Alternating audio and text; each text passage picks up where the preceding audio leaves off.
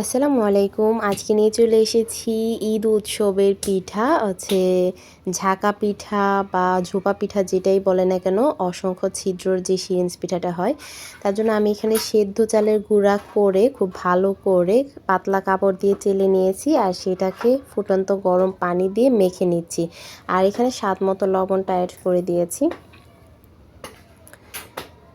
খুব ভালো করে মথে নিয়ে মাখতে হবে, মথে মাখতে হবে, এতে করে এটার ডোটা খুব সুন্দর হবে আর খুব সুন্দর করে কিন্তু সিরিঞ্জ দিয়ে পড়বে। আর এটা কিন্তু খুব পাতলা করে মাখা যাবে না বা খুব ঘন না, ঠিক এই রকম হতে হবে। আমি এটা দুটো কালার করে নিয়েছি, একটা হোয়াইট আর একটা রেড কালার আলাদা করে নিয়ে।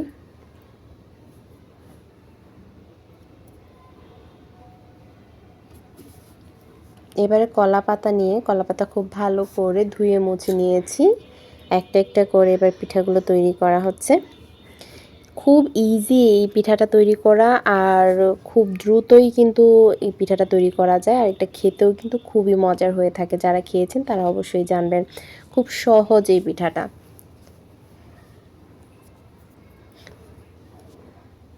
এইভাবে ঘুরিয়ে ঘুরিয়ে পেঁচিয়ে নিয়ে করলেই হয়ে যায়। হোয়াইটগুলো করা হয়েছে, এবার পিঙ্কগুলো করা হচ্ছে, মানে এটা রেড কালার দেওয়া হয়েছে যার জন্য পিঙ্ক কালার এসেছে, রেড কালারটা।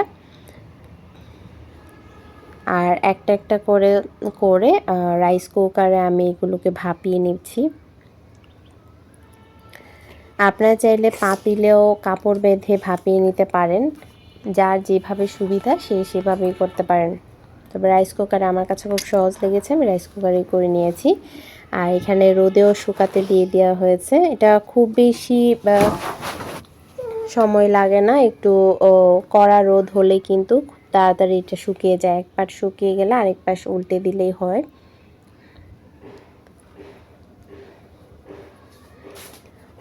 খুবই সুন্দর, খুবই চমৎকার পিঠাগুলো, মাশাআল্লাহ খুবই সুন্দর হয়েছিল।